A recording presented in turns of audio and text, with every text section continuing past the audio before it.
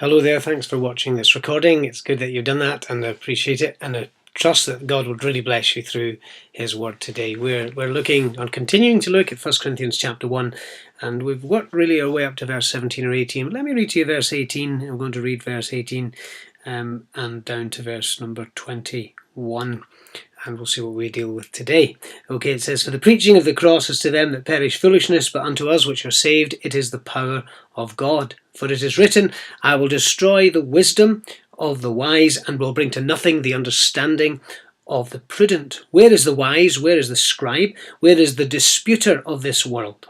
Hath not God made foolish the wisdom of this world? For after that in the wisdom of God, the world by wisdom knew not God. It pleased God by the foolishness of preaching to save them that believe." Now really, in one sense, this is the very foundational basis of the preaching of the death, burial and resurrection of Jesus Christ. Paul is dealing with a church that has become divided, and he's dealt with their divisions in verse 10 to 17 and said to them, do not be divided. It's not biblical, it's not God-honouring, it's not good for God's people. In this section, he's going to deal with their intellectual tendency to focus on clever arguments as opposed to the basic preaching of the cross. And in verses 18 to 31, he'll deal with the foolishness of God in comparison to the wisdom of men. Now, that's a strange way to put it. But what he's going to argue is that what they deem to be God's foolishness is actually more intelligent than the very wisdom of men. The foolishness of God is higher intelligence than the highest intelligence that man can bring to bear upon any subject or situation. You'll notice what it says here.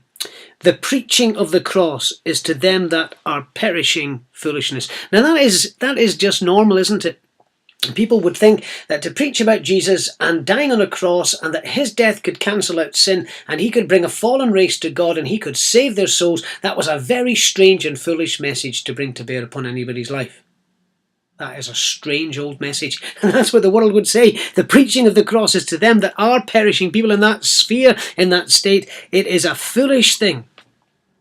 Now, Paul is going to talk about that as he works his way through these verses.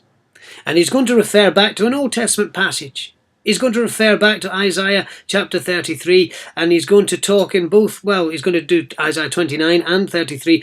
Verse 19, he says, I will destroy the wisdom of the wise and bring to nothing the understanding of the prudent. You know, Job said a similar thing. Back in Job chapter 11, he says this, can you by searching find out God? Can you find out the Almighty unto perfection? In other words, what he's saying is man so clever that with his intellect he can work God out? Paul is saying, no, that's not the way God has ordered it. Job is saying man by his cleverness cannot search out God. The psalmist talks about God searching the depths and man searching the heights, and you cannot find God out by intellectual cleverness or argument. That's what Paul is going to talk about here. He'll talk consistently through this letter about wisdom and the wisdom of man. He'll say there's not many who are of that intellectual bracket that come to Christ. Now, thankfully, he doesn't say there's not any, and we know that there are those, indeed many, over the years, but not many at one point in time. The majority of people who come to Christ are ordinary folk, people who see their need, see their sin, not the clever, the intellectual who argue themselves out of the situation. You'll notice he says in verse 26 of the chapter, not many wise men after the flesh, not many mighty, not many noble.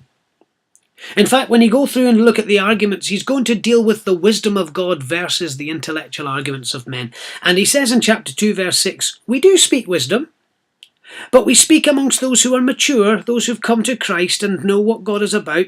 And he says it's not the wisdom of the world, nor of the rulers of this world, which comes to nothing. He says there is a wisdom, but it's a God-given wisdom.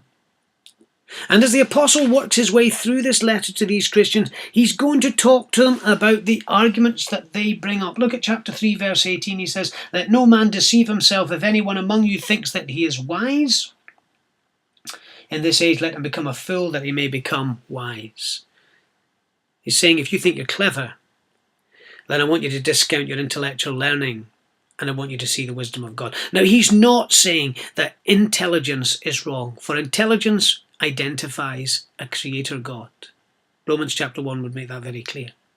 Man with his perception, man with his awareness, with his recording and identifying things and systems and processes and perfection will identify the clever, intelligent hand of God in creation. But man by intelligence cannot work God out, nor come to his understanding. So he's saying is the preaching of the cross is to them that are perishing a foolish thing, but to those that are saved it is the power of God.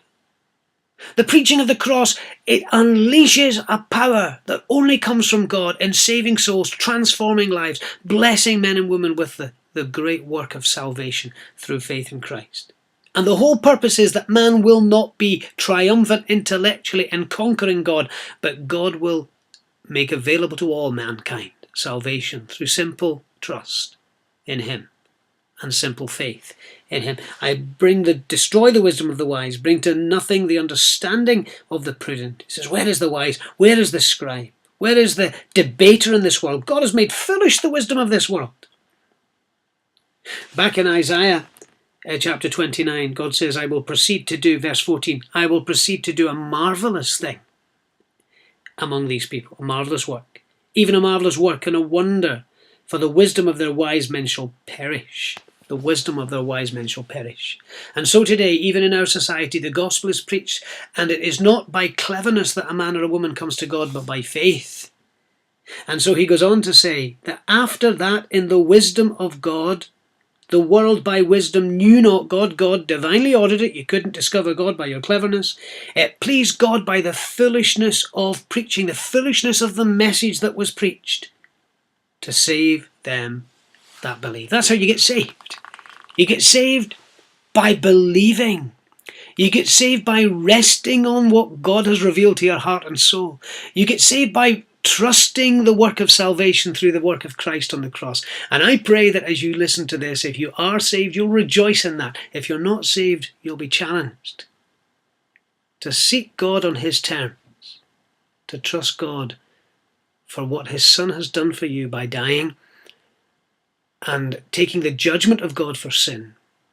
And thank God he rose from the dead on the third day, according to the scriptures. May God bless his word to us today.